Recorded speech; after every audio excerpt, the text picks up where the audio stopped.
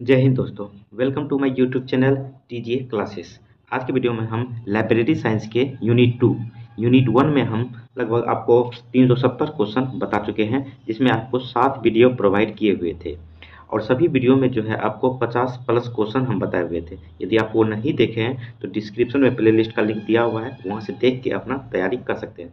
देखिए, पुस्तकालय अध्यक्ष की जो भर्ती आने वाली है उसके लिए आप लोग कंटिन्यू तैयारी करते रहिए, ताकि रिवीजन करते रहिएगा तो आप लोग का स्टेट लिया जाएगा, बीपीएससी लिया जाएगा। ठीक है, तो हमेशा एक तरह से रिवीजन खुद से भी करते रहिए, हम भी आपको करवाते रहेंगे। यूनिट 1 हम करवा चुके हैं 370 क्वेश्चन, आप उसे भी जाके देख सकते हैं, डिस्क्रिप्शन में प्ले लिस्ट का लिंक दिया हुआ है।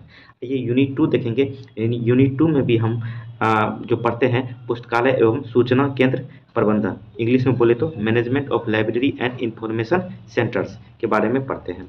तो आइए वीडियो स्टार्ट करते हैं। इस वीडियो में भी आपको हम 50 प्लस क्वेश्चन बताएंगे। तो देखिए, होता क्या है कि आपको कम टाइम 15 से 20 मिनट के टाइम में आपको 50 प्लस क्वेश्चन देख लेते हैं। इससे होता है क्या कि आपको कम टाइम में अधिक से अधिक क्वेश्चनों का रिवीजन आपको होता चला जाएगा। तो आइए देखते हैं। उससे पहले आप लोग से छोटा सा रिक्वेस्ट है कि जो भी न्यू स्टूडेंट इस चैनल के साथ पहली बार जुड़े हैं, चैनल को जरूर सब्सक्राइब कर ले, वीडियो को लाइक कर दें और पूरा वीडियो देखने के बाद कमेंट जरूर करें कि आपको ये जो है वीडियो कैसा लगा। देखिए, क्वेश्चन नंबर 371 है कि शास्त्रीय प्रबंधन सिद्धांत का जनक किसे कहा जाता है। तो शास्त्रीय प्रबंधन सिद्धांत का जनक जो है हेनरी फोयल को कहा जाता है, option number D. Question number 372 देखिए, आधुनिक प्रबंधन की विशेषता डैश दृष्टिकोण है। तो आधुनिक प्रबंधन की का जो है प्रबंधन की विशेषता जो है ये साइंटिफिक है, ऑप्शन नंबर बी इसका राइट आंसर हो जाएगा। आइए क्वेश्चन नंबर 373 देखते हैं। 373 है आपका, वैज्ञानिक प्रबंधन का जनक जो है किसको कहा जाता है। मतलब वैज्ञानिक प्रबंधन का जनक जो है किसे कहा जाता है या किनको कहा जाता है। तो देखिए, वैज्ञानिक प्रबंधन का जनक जो है FW टेलर को कहा जाता है, ऑप्शन नंबर बी इसका राइट आंसर हो जाएगा। आइए क्वेश्चन नंबर 374 देखते हैं। प्रबंधन सिद्धांत का जनक यानी फादर ऑफ मैनेजमेंट थ्योरी किसे कहा जाता है। तो फादर ऑफ मैनेजमेंट थ्योरी जो है ये option number D Peter F डरकर को कहा जाता है। डरकर, याद रखिएगा, पीटर F डरकर। क्वेश्चन नंबर 372 देखिए, प्रबंधन के तत्वों को सबसे पहले किसने प्रतिपादित किया था। तो प्रबंधन के तत्वों को सबसे पहले जो है हेनरी फोयल ने जो है प्रतिपादित किया था, ऑप्शन नंबर एक इसका राइट आंसर हो जाएगा। देखिए, आप लोग हो सकता है तो आप लोग इसे नोट भी करते चलिएगा तो अच्छा रहेगा। और इसका यदि पीडीएफ चाहिए तो आप मेरे टेलीग्राम चैनल से जुड़ सकते हैं, टेलीग्राम का लिंक डिस्क्रिप्शन बॉक्स में दिया हुआ है। फ्री ऑफ कॉस्ट आपको इसका पीडीएफ हम प्रोवाइड कर देते हैं। क्वेश्चन नंबर 376 देखिए, प्रबंधन के 14 सिद्धांत का प्रतिपादन किसने किया था। तो प्रबंधन का 14 सिद्धांत का प्रतिपादन जो है ये भी जो है हेनरी फोयल ने किया था, ऑप्शन नंबर एक इसका राइट आंसर हो जाएगा। क्वेश्चन नंबर 377 देखिए, हेनरी फोयल के 14 सिद्धांतों में से कौन सा स्पिरिट डी कॉर्प के पर्याय है। तो स्पिरिट डी कॉर्प के जो पर्याय है ये आपका है option number C, union is strength. ठीक है, option number C. Question number 378 देखिए, 378 है आपका, लूथर गुलिक किस संस्था के निर्देशक थे। तो लूथर गिलिक जो है ये आपका option number B American national institute of public administration के जो है ये निर्देशक थे, option number B. Question number 379 देखिए, 379 है आपका। देखिए, ये हम पहला यूनिट में भी चर्चा किए हुए थे इसका फुल फॉर्म के बारे में, तो आइए इसमें भी देखेंगे। देखिए, पोस्ट कॉर्ब ये ये इसका फुल फॉर्म होता है। ठीक है, हम बताए हुए हैं। सिद्धांत के प्रतिपादक कौन थे। तो पोस्ट कॉर्ब के सिद्धांत के प्रतिपादक जो थे, option number D Luther Gulik and L uric जो थे इसके प्रतिपादक थे। क्वेश्चन नंबर 380 देखिए, 380 है, सॉरी 380 है आपका, TQM सिद्धांत के प्रतिपादक कौन थे। तो TQM सिद्धांत के प्रतिपादक जो थे ये ऑप्शन नंबर एक है, यूएसए नेवी जो थे, यूएसए की नेवी के W एडवर्ड डेमिंग जो है इसके प्रतिपादक थे। क्वेश्चन नंबर 381 देखते हैं। आपका 381 है, निम्नलिखित प्रबंधन सिद्धांतों की सूची का मिलान कीजिए। तो इधर प्रबंधक है, इधर कौन किया है, उस सूची को आपको जो है मिलान करना है। तो जब देखिए, हम पहले बता देते हैं सबका। देखिए, motivation hygiene and developed two factor, तो इसका जो है इसका सिद्धांत जो है एफ हेजबर्ग ने किया था। और प्रिंसिपल ऑफ मैनेजमेंट इसका जो है प्रतिपादक जो है हेनरी फोयल थे, पहले भी बताए हुए थे। मैनेजमेंट ऑफ ऑब्जेक्टिव के जो है प्रतिपादक जो थे ये आपका पीटर टर्कर थे। Hierarchy of need and ERG theory के जो प्रतिपादक जो थे ये ए मास्लोव थे। जब इसे मिलान कीजिएगा तो सामने वाला ही हो जाएगा सारा, तो ऑप्शन नंबर बी इसका राइट आंसर हो जाएगा। आप इसे जरूर नोट कर सकते हैं अपने कॉपी में, ताकि आपको याद रहे, टाइम टाइम पे याद करते रहिए इसको। क्वेश्चन नंबर 382 देखिए, प्रबंधन के थ्योरी एक्स और थ्योरी वाई के प्रतिपादक किसने किया था? तो प्रबंधन के थ्योरी एक्स और थ्योरी वाई के प्रतिपादक जो थे DMC गौरगर थे। ऑप्शन नंबर एक इसका राइट आंसर हो जाएगा। क्वेश्चन नंबर 383 देखिए, motivation, hygiene and two factor theory का प्रतिपादन किसने किया था? तो इसका जो है प्रतिपादन जो है आपका option number B F Herzberg ने किया था। ऑप्शन नंबर बी इसका राइट आंसर हो जाएगा। क्वेश्चन नंबर 384 देखिए, अब 384 आपका प्रबंधन सिद्धांत का सामाजिक संबंध, सोशल सिलेक्शन किसने प्रतिपादित किया था? काफी अच्छा क्वेश्चन है। तो इसको जो है प्रतिपादन जो है एल्टोन मेयो ने किया था। एल्टोन मेयो, ऑप्शन नंबर सी इसका राइट आंसर हो जाएगा। क्वेश्चन नंबर 385, आत्मनिर्णय सिद्धांत का प्रतिपादन किसने किया था? तो आत्मनिर्णय सिद्धांत का प्रतिपादन जो है ये आपका Edward Deci and Richard Ryan ने किया था। ऑप्शन नंबर डी इसका राइट आंसर हो जाएगा। क्वेश्चन नंबर 386 देखिए, आवश्यकताओं के पदानुक्रमण सिद्धांत का प्रतिपादन किसने किया था? तो आवश्यकताओं के पदानुक्रमण के सिद्धांत का प्रतिपादन जो है ये आपका किया था ए मास्लोव ने किया था। ए मास्लोव, ऑप्शन नंबर डी। देखिए क्वेश्चन नंबर 387, पोस्ट कॉर्ब में सीओ शब्द किसका संक्षिप्त रूप है? तो सीओ जो है इसकी ये जो है किसका संक्षिप्त रूप है? तो ऑप्शन पूरा बताए हुए हैं सारा का फुल फॉर्म, एक चाहिएगा तो एक वीडियो में और बता देंगे आपको। तो इसका पूरा फुल फॉर्म होता है सीओ का कोऑर्डिनेशन, ठीक है। ऑप्शन नंबर एक इसका राइट आंसर हो जाएगा। ऑप्शन देख लीजिए, ऑप्शन है कोऑर्डर भी है, कोऑर्डिनेट भी है, नन ऑफ दीज है। तो याद रखिए कोऑर्डिनेशन इसका फुल फॉर्म होता है सीओ का। पोस्ट कॉर्ब में सीओ जो है इसका फुल फॉर्म होता है। क्वेश्चन नंबर 388 देखते हैं, आपका 388 है, निम्नलिखित में से कौन से FRBR मॉडल के 4 तत्व हैं? तो FRBR के मॉडल के 4 तत्व जो है ये आपका है वर्क, एक्सपीरियंस, मैनिफेस्टेशन और आइटम। ऑप्शन नंबर बी इसका राइट आंसर हो जाएगा। इसके 4 तत्व यही होते हैं। क्वेश्चन नंबर 389 देखिए, अब 389 है आपका, पुस्तकालय की प्रणाली में कुल गुणवत्ता प्रबंधन TQM के क्रियान्वयन के लिए एक मॉडल 2 चरणों के साथ किसके द्वारा प्रस्तुत किया गया है, जिसे 4 स्तरों में विभाजित किया गया है? तो ये जो है प्रस्तुत जो किया गया है ये ऑप्शन नंबर एक सुसैन एंड बर्नेट के द्वारा जो है ये प्रतिपादित या प्रस्तुत किया गया था। क्वेश्चन नंबर 390 देखिए, MBO उद्देश्यपूर्ण प्रबंधन सिद्धांत, इसका फुल फॉर्म होता है, का प्रतिपादन 1954 में किस विचारक द्वारा किया गया था? तो इसका जो है ये जो विचारक थे ये पीटर F डरकर थे। इसी के द्वारा जो है उद्देश्यपूर्ण प्रबंधन सिद्धांत का प्रतिपादन 1954 में किया गया था। जरूर ध्यान में रखिएगा। आइए क्वेश्चन नंबर 351 देखते हैं। 351 है, अधिग्रहण अनुभाग द्वारा किए जाने वाले कार्य है। तो अधिग्रहण अनुभाग द्वारा किए जाने वाले कार्य जो है ये ऑप्शन जितना भी ऑप्शन दिया है ऑल ऑफ विच होगा, सभी होगा। क्या क्या है देख लेते हैं। Order of book and document भी होगा, bill processing and claim cancellation भी है, एक्सेशन ऑफ बुक्स भी है। ये सभी जो है अधिग्रहण अनुभाग द्वारा किए जाने वाले कार्य हैं। ऑल द अबव या all of which. Question number 392 देखिए, पुस्तकालय का परिग्रहण रजिस्टर इनमें से क्या है? तो पुस्तकालय का परिग्रहण रजिस्टर जो है इनमें से जो है आपका है ये हो जाएगा इज ए परमानेंट रिकॉर्ड। मतलब ऑप्शन नंबर बी, पुस्तकालय परिग्रहण का जो रजिस्टर है उसका मीनिंग होता है इज ए परमानेंट रिकॉर्ड, जो रिकॉर्ड रहेगा परमानेंट रूप में इसमें रिकॉर्ड लिखा गया हो। क्वेश्चन नंबर 393 देखिए, यदि आप लोग को वीडियो अच्छा लग रहा है तो चैनल को भी आप लोग सब्सक्राइब कर सकते हैं। PDF चाहिए तो आप मेरे टेलीग्राम चैनल से जुड़ सकते हैं। टेलीग्राम का लिंक डिस्क्रिप्शन बॉक्स में दिया हुआ है। फ्री ऑफ कॉस्ट आपको PDF प्रोवाइड कर दिया जाएगा और यहाँ पे विश्लेषण तो कर ही देते हैं, वहाँ पे आप उसे रिवीजन कर सकते हैं। देखिए, पुस्तकालय संग्रह को परिग्रहण रजिस्टर में किस क्रम में दर्ज किया जाता है? तो पुस्तकालय संग्रह में परिग्रहण रजिस्टर को जो है ये आपको जो है दर्ज किया जाता है। द ऑप्शन नंबर एक राइट आंसर हो जाएगा, the order in which it is received in the library के रूप में जो है इस क्रम में जो है आपको संग्रह या क्रम में दर्ज किया जाता है। ऑप्शन नंबर एक इसका राइट आंसर हो जाएगा। क्वेश्चन नंबर 394 देखिए, परिग्रहण रजिस्टर का मानक आकार क्या होता है? ये पहले भी हम बताए हुए थे। तो परिग्रहण रजिस्टर का जो मानक आकार जो है 16x13 होता है। 16 मतलब ये ऊपर में जरूर याद रखिएगा, 16x13। ऑप्शन नंबर एक इसका राइट आंसर हो जाएगा। क्वेश्चन नंबर 395 देखिए, 395 आपका परिवहन रजिस्टर के स्तंभों यानी कॉलम की मानक संख्या GFR 2015 के अनुसार क्या है। तो 2015 के अनुसार GFR 2015 के अनुसार जो है ये 15 है कॉलमों की संख्या, option number B. Question number 396 देखिए, निम्नलिखित में से कौन सा कार्य तकनीकी विभाग का है। तो इसमें जो है ये सभी कार्य जो है जो दिया हुआ है ये सभी तकनीकी विभाग का, ऑल ऑफ द एबव। क्या क्या है, क्लासिफिकेशन है, प्रोसेसिंग है, कैटलॉगिंग है, ये सभी जो है तकनीकी विभाग का कार्य है।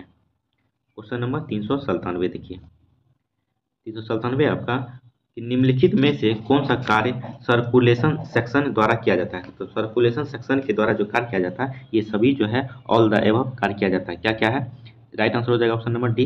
देख लेते हैं क्या क्या, एक्सचेंज ऑफ बुक्स,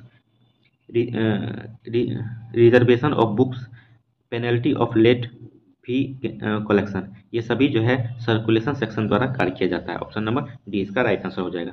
398 देखिए, किस अनुभाग को पुस्तकालय का हृदय हृदय कहा जाता है। तो पुस्तकालय का हृदय जो है ये रेफरेंस सेक्शन को कहा जाता है। ऑप्शन नंबर एक इसका राइट आंसर हो जाएगा। जरूर याद रखिए, पुस्तकालय का हृदय जो कहा जाता है ये रेफरेंस सेक्शन को कहा जाता है। ऑप्शन नंबर एक इसका राइट आंसर हो जाएगा। क्वेश्चन नंबर 399 देखिए, 399 आपका पुस्तकालय समिति में पुस्तकालय समिति में पुस्तकालय अध्यक्ष की क्या भूमिका होती है।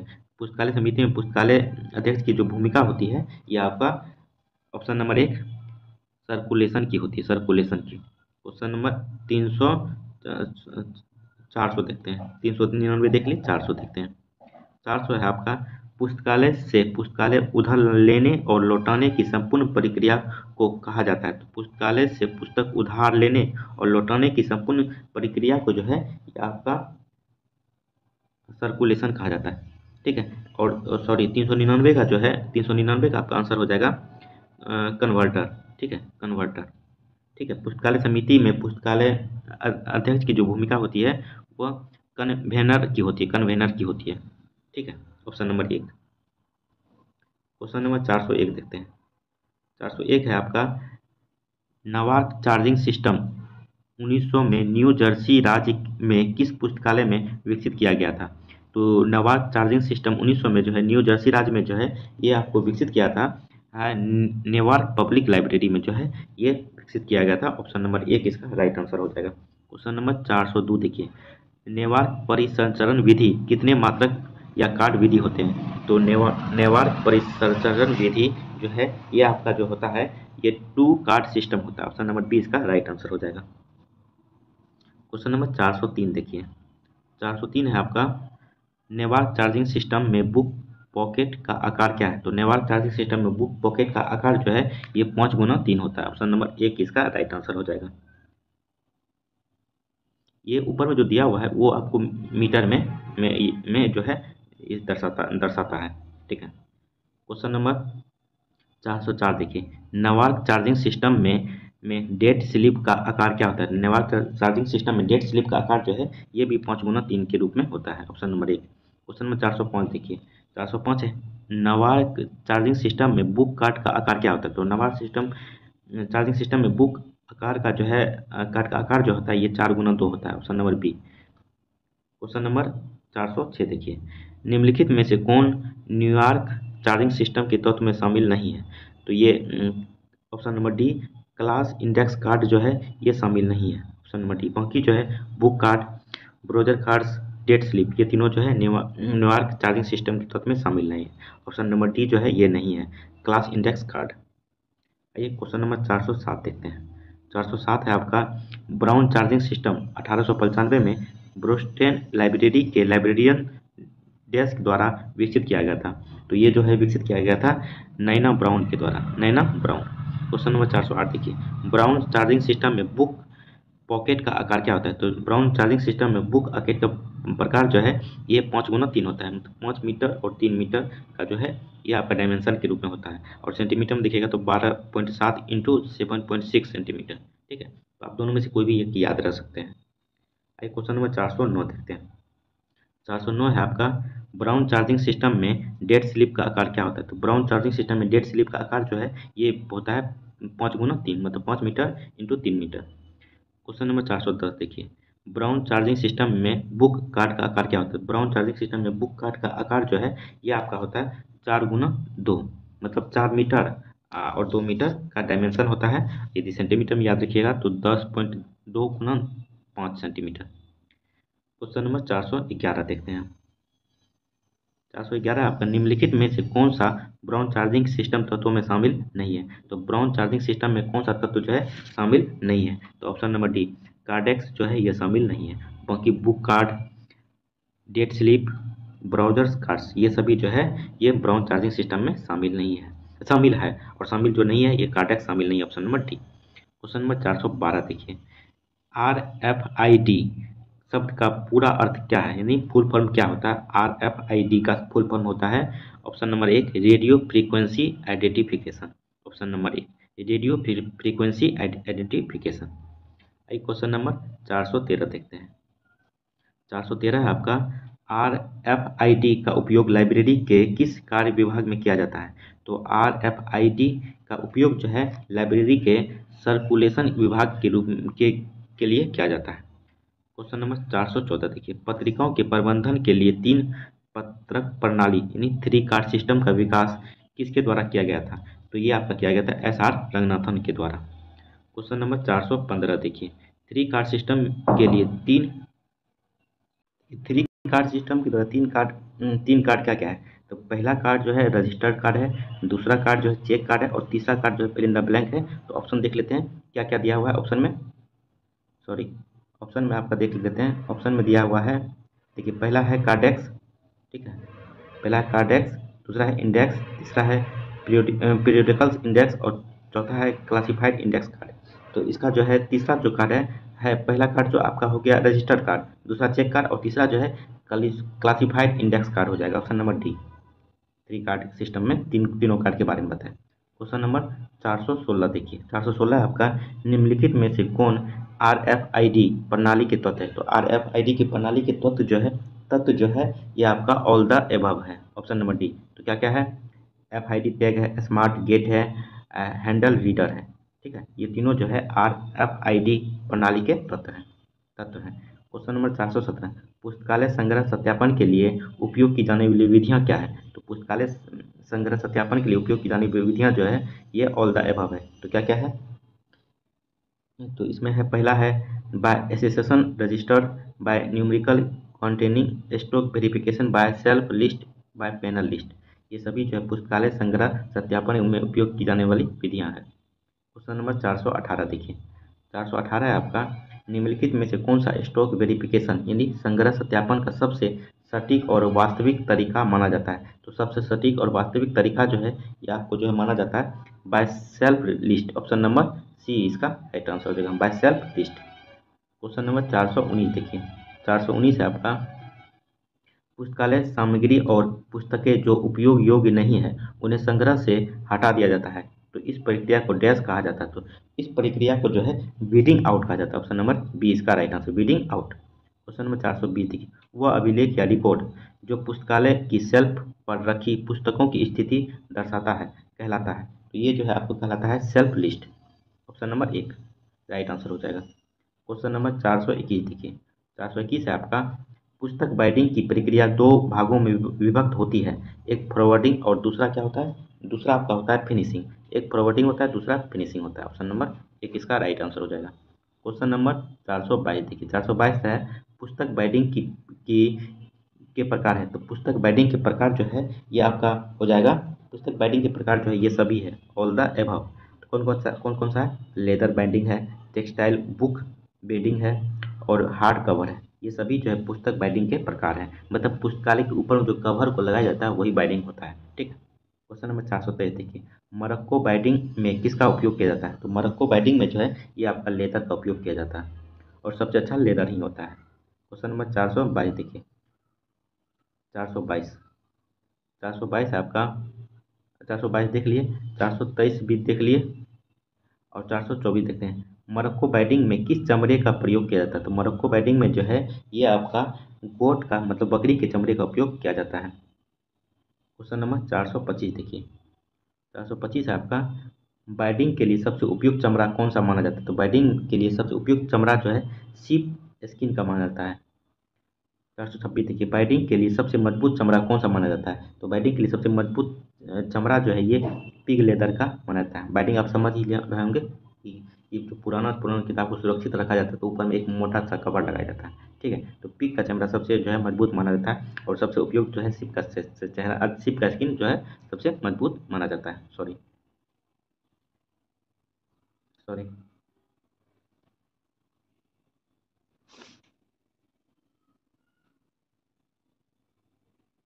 डिस्टर्ब के लिए थोड़ा सा सॉरी, 1-2 सेकंड का।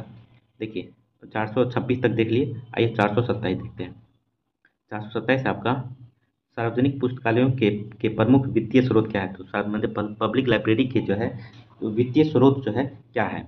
तो ये ऑल द एबव हो जाएगा। ऑल द एबव क्या क्या है? लाइब्रेरी सेस मतलब जो लाइब्रेरी उपकर लगाया जाता है वो, गवर्नमेंट ग्रांट मतलब सरकार के द्वारा जो दिया जाता है वित्तीय सहायता वो, और RRRLF ग्रांट मतलब राजा Ram Mohan Roy library foundation grant. ये भी तीनों जो है इंडिया में सार्वजनिक पुस्तकालय के प्रमुख स्रोत हैं। क्वेश्चन नंबर 428 देखिए, ऐतिहासिक बजट के अन्य नाम क्या है? तो ऐतिहासिक बजट के अन्य नाम जो है ये ऑल द एबव हो जाएगा। ऑल द एबव क्या क्या है? आइटम बजट है नाम, लिनियर बजट भी है, इंक्रीज बजट भी है। ये सभी जो है ऐतिहासिक बजट के अन्य नाम है। क्वेश्चन नंबर 429 देखते हैं। 429 आपका बजट तैयार करने की लोकप्रिय विधियाँ क्या है? तो बजट तैयार करने के लिए जो है लोकप्रिय लोकप्रिय विधि जो है ये ऑल द एबव हो जाएगा। तो क्या क्या है? Item based, linear, increase based, historical budget ये सभी है। जीरो बेस्ड बजटिंग यानी JBB है। Planning programme budget system PBBS भी, ये सभी जो है बजट तैयार करने की लोकप्रिय विधियाँ हैं। क्वेश्चन नंबर 430, सबसे पहले किस संस्था ने PBBS बजटिंग पद्धति की शुरुआत की, जिसे बाद में अमेरिका रक्षा विभाग USDOD द्वारा शुरू किया गया था? तो ये जो है आपका शुरू किया गया था क्वेश्चन नंबर 430 का, ये रैंड कॉरपोरेशन के द्वारा जो है शुरू किया गया था। Rand corporation. क्वेश्चन नंबर 431 देखिए, 431 आपका किस संस्था ने PBBS बजट निर्माण पद्धति का उपयोग किया है? तो PBBS निर्माण पद्धति का उपयोग जो है आपका USDOD ने किया था, बाय रॉबर्ट नक मैकनेमेरा के द्वारा किया गया था। क्वेश्चन नंबर 432 देखिए, 432 आपका PBBS बजट निर्माण पद्धति किस वर्ष विकसित की गई थी? तो ये जो है ऑप्शन नंबर सी 1961 में विकसित किया गया था। 433 देखिए, जीरो बेस बजट JBB पद्धति का विकास किसने किया था? तो इसका विकास जो है पीटर फायर ने किया था। पीटर फायर, ऑप्शन नंबर 1 इसका राइट आंसर हो जाएगा। क्वेश्चन नंबर 434 देखते हैं, जीरो बेस बजटिंग JBB पद्धति किस वर्ष विकसित की गई थी? तो इसको जो है 1970 में विकसित किया गया था। Option number 1। 433 देखिए, 434 देख लीजिए, 435 देखिए, PERT प्रबंधन तकनीक किस वर्ष विकसित की गई थी? तो इसका विकसित जो है 1958 में किया गया था। तो यहीं तक रहने देते हैं। 435 तक दिया लगभग आपको हम 35 क्वेश्चन इस वीडियो में आपको हम बता दिए। यदि आपको वीडियो अच्छा लगा तो चैनल को सब्सक्राइब करें, वीडियो को लाइक कर दें और कमेंट करके ज़रूर बताएं कि आपको जो है क्या इसमें से क्या समझ में नहीं आया, क्या कुछ नहीं आया। तो एक तरह से आपको एक बार दो बार देखिएगा तो रिवीजन आप बार बार करते रहिएगा तो आपको एक तरह से एक नया सब्जेक्ट है आपके लिए, तो आपको एक बार में समझ में नहीं आएगा तो बार बार रिवीजन करिएगा, ध्यान में जरूर रहेगा। तो वीडियो अच्छा लगा तो चैनल को सब्सक्राइब कर दें, वीडियो को लाइक कर दें, कमेंट जरूर करें, अपना फीडबैक दें।